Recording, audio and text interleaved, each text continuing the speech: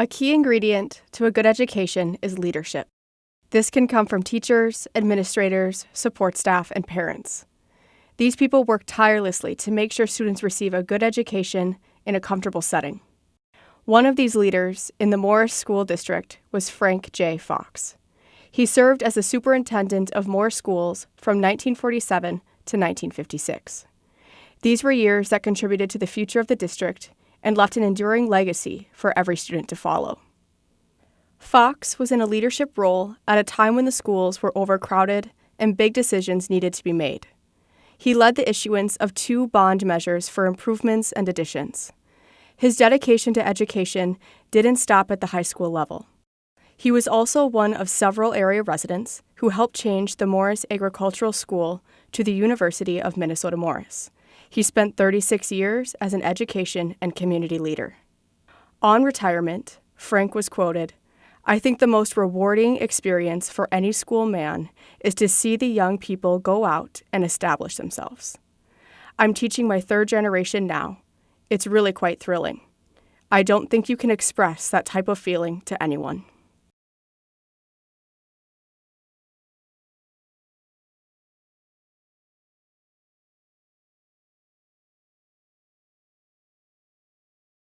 Franz Johann Fox was born March 9, 1906, to Franz, Frank, and Maria Kelly Fox in rural Reals Valley, Wisconsin, near Tomaha, Wisconsin. He was baptized in April 1906 in the country church of Ridgeville, Wisconsin. Later, he would legally change his name to Frank John Fox. Frank was the youngest of 8 boys and 1 girl. He did not do much field work, but had chores at home: feeding chickens, hand-milking cows, and loading the corn during harvest. His love for fishing started on a creek that flowed through the farm. There weren't any ready-made poles, so he factorized a long branch with string and hook. He found his bait around cow manure. He always said he learned to swim in self-preservation, as his brothers kept throwing him in the river. Frank began his education in a 1-room schoolhouse on his father's land. He would ride his pony to school or walk. Being an outdoor boy, he would, on occasion, climb to the roof of the school to get out of class. Later, his family moved into Tomaha, Wisconsin, where Frank attended German Lutheran Parochial School. He attended Tomaha High School, then left to work the CCC camps and combine crews with his brother. Later, he stated, "It didn't take me long to decide I needed an education." He returned to school where he was active in speech, drama, athletics, and was the only freshman to make the varsity football team. He credits Tomaha School Superintendent, Mr. E.J. McKean, for influencing him to go on to college. Following high school, Frank attended La Crosse State College from La Crosse, Wisconsin, where he majored in history and physical education and minored in English and social studies. He was graduated in 1935 with a Bachelor of Education degree. Frank obtained his Master of Arts degree from the University of Minnesota in 1941, where he majored in educational administration and related fields. Later, he supplemented his education with additional graduate work at the University of Wisconsin. Frank worked his way through college. He stayed in La Crosse, Wisconsin with his cousin, Martha Westfall Statz, and her husband, Gage. Gage not only employed Frank in his home decorating company, he was also a great fishing companion and collaborator in many escapades.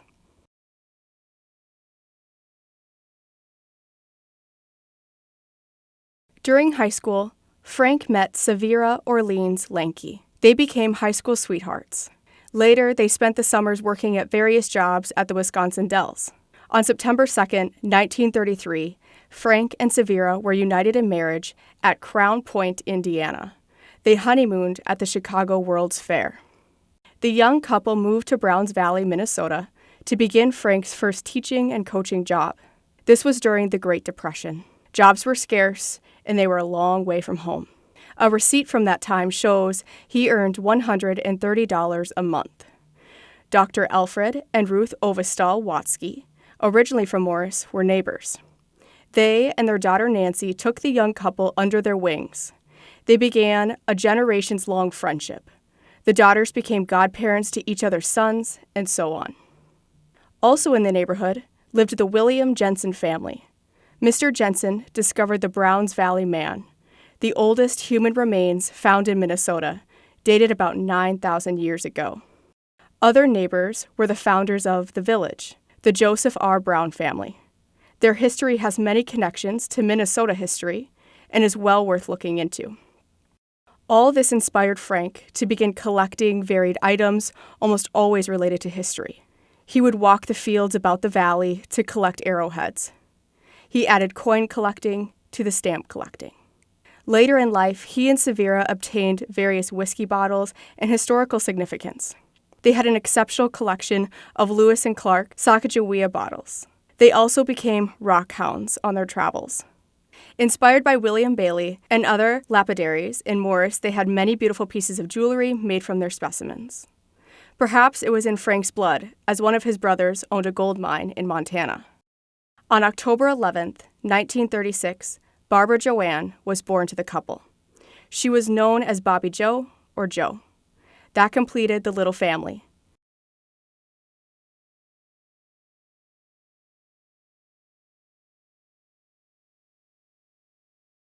Frank would go on to serve as superintendent at Wyckoff, Minnesota from 1938 to 1942, Casson, Minnesota from 1942 to 1947, Morris, Minnesota from 1947 to 1956, and finished his career at St. Paul Park School District 833 from 1956 to 1976.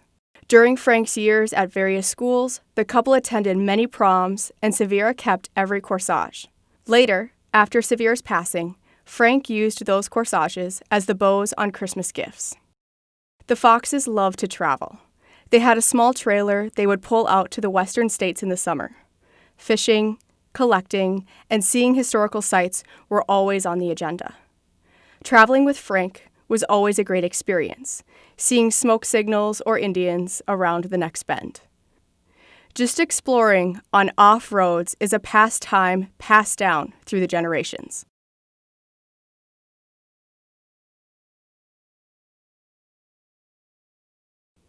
Speaking of generations, Bobby Joe married Dwayne A. Salvey.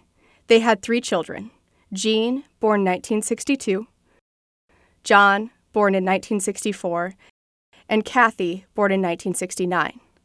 Jean married John Schultz Jr., and they have 2 children, Tony, who married Kate in 2017, and Danny. Most of the family continues to live in Morris. Tony and Danny lettered in many sports at Morris Area High School, hockey being the favorite.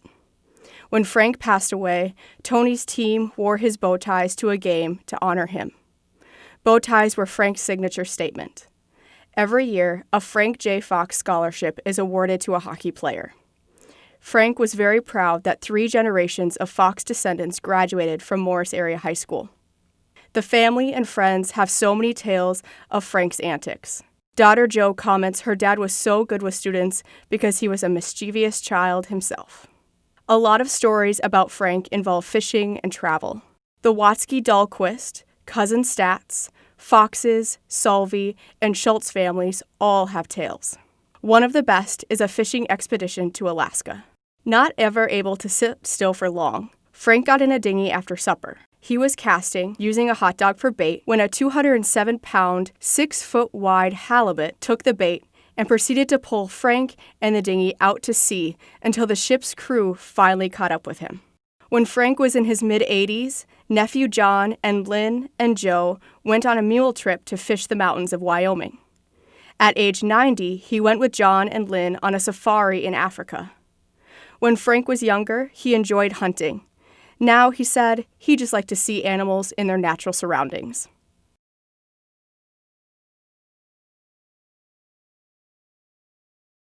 Frank's professional experiences have been many and varied over the years. He began his educational career in 1935 as a high school physical education and social studies teacher, in addition to coaching all sports at Browns Valley, Minnesota. In 1938, he moved to Wyckoff, Minnesota, where he assumed the duties of high school principal and superintendent of schools. In 1942, he began his duties as superintendent of schools at Casson, Minnesota, and remained there until 1947. That same year, he moved to Morris, where he took over as superintendent of schools until 1956. At that time, Morris School had an enrollment of 715 students and 27 teachers. When he left the school, enrollment was well over 1,000 students and 40 teachers. 2 additions were added to the school building. A hot lunch program was started. He developed a 5-year maintenance program. He maintained a creditable financial balance in every school. Of course, the class of 1955 would like to be mentioned as the first basketball team to go to the state tournaments. Along with that, scholastic achievements made marked improvements. Superintendent Fox had a vast amount of experience in many phases and types of work pertaining to public schools. He encouraged and developed activities in his schools for both boys and girls. A firm believer in a well-rounded academic and extracurricular programs for all children in all grades. Mr. Fox also believed in giving the students responsibilities, both in school and at home, so that dependable characteristics would be formed. He advocated character development for students in the schools, as the schools are training the leaders of tomorrow.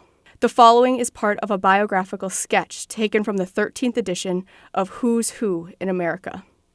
Unflinching and energetic in all he does, resolute and buoyant when struck by adversity, Mr. Fox has been a lifelong believer in the homespun virtues of work well done.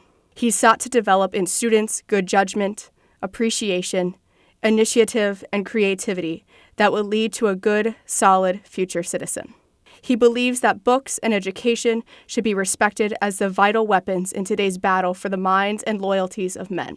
That these things are essential so that a person may grow to be a well-informed and useful citizen, worthy of the trust of future generations.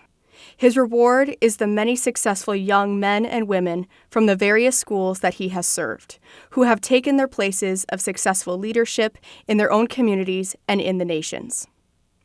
Superintendent Fox believes in up-to-date methods of teaching and supervision, studying the child that is having difficulty to see just what the trouble is, its health habits, and what its mental attitude in the home and school is like. He strongly recommends teachers for employment who have majors in their particular field and are sympathetic and progressive and who study the individual student. From his experience, he has found that every youngster can be encouraged to do better work through the influence of a conscientious teacher.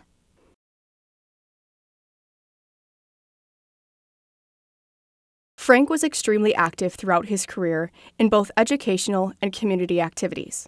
To mention a few, he was a life member of the National Education and Minnesota Education Associations, a member of the National and Minnesota Association of School Administrators, and a former secretary-treasurer and longtime member of the Minnesota State High School League. He was a member of the Masonic Lodge and had been a Shriner for nearly 25 years. He participated in Lions International and the Isaac Walton League.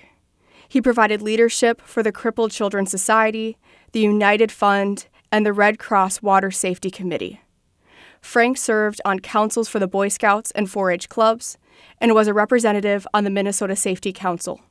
In 1965, he was selected as one of the 125 educators to represent the United States and Canada to travel to the Soviet Union and the Eastern European countries to participate in a comparative education seminar.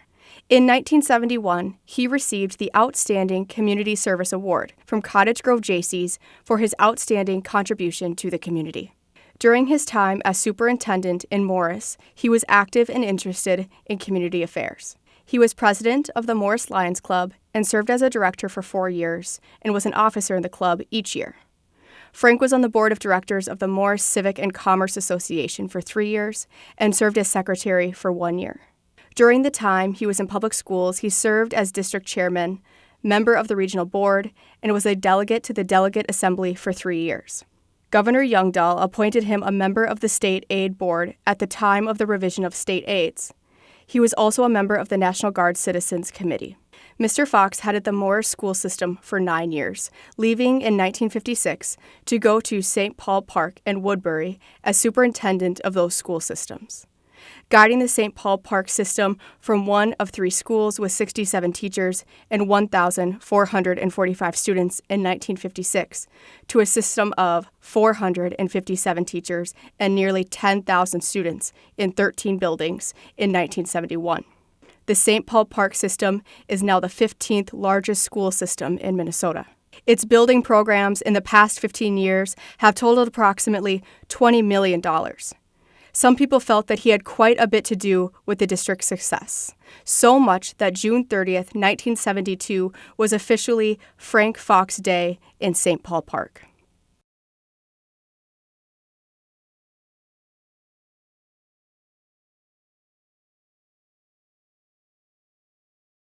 Up until his retirement, Superintendent Fox left this bit of wisdom to successors.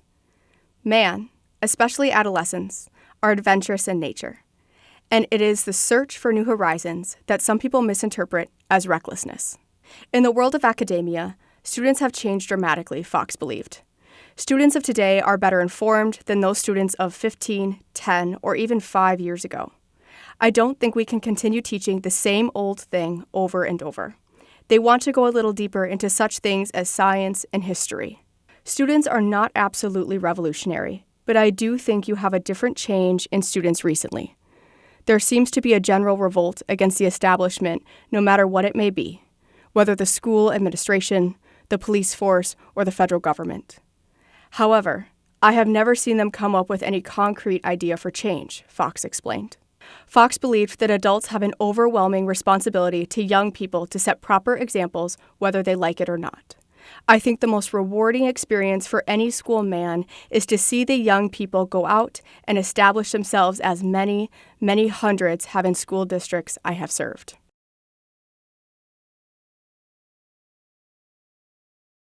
In his later years, Frank came back to Morris to be near his family. Around 2004, he moved into Westwind Village. There he became involved with students from the UMM writing class who would interview residents and then write poems about them. The students loved to visit with Frank, but often found they were being interviewed. He always asked any student in his path, what were their interests, what majors, what goals, favorite subjects. When he passed away, his family received many touching memorials from these students. Frank J. Fox was a colorful, exuberant, sometimes controversial character. As John Schultz said, the tales about Frank all through his life are way too many to enumerate. Frank loved life and people, playing cards, gambling, caring for his home and family and community. He was a friend to all he met. Frank passed away October 29, 2005, just a few months shy of his 100th birthday, energetic and full of life to the end. When asked his occupation in his later years, he would simply reply, "I was a teacher."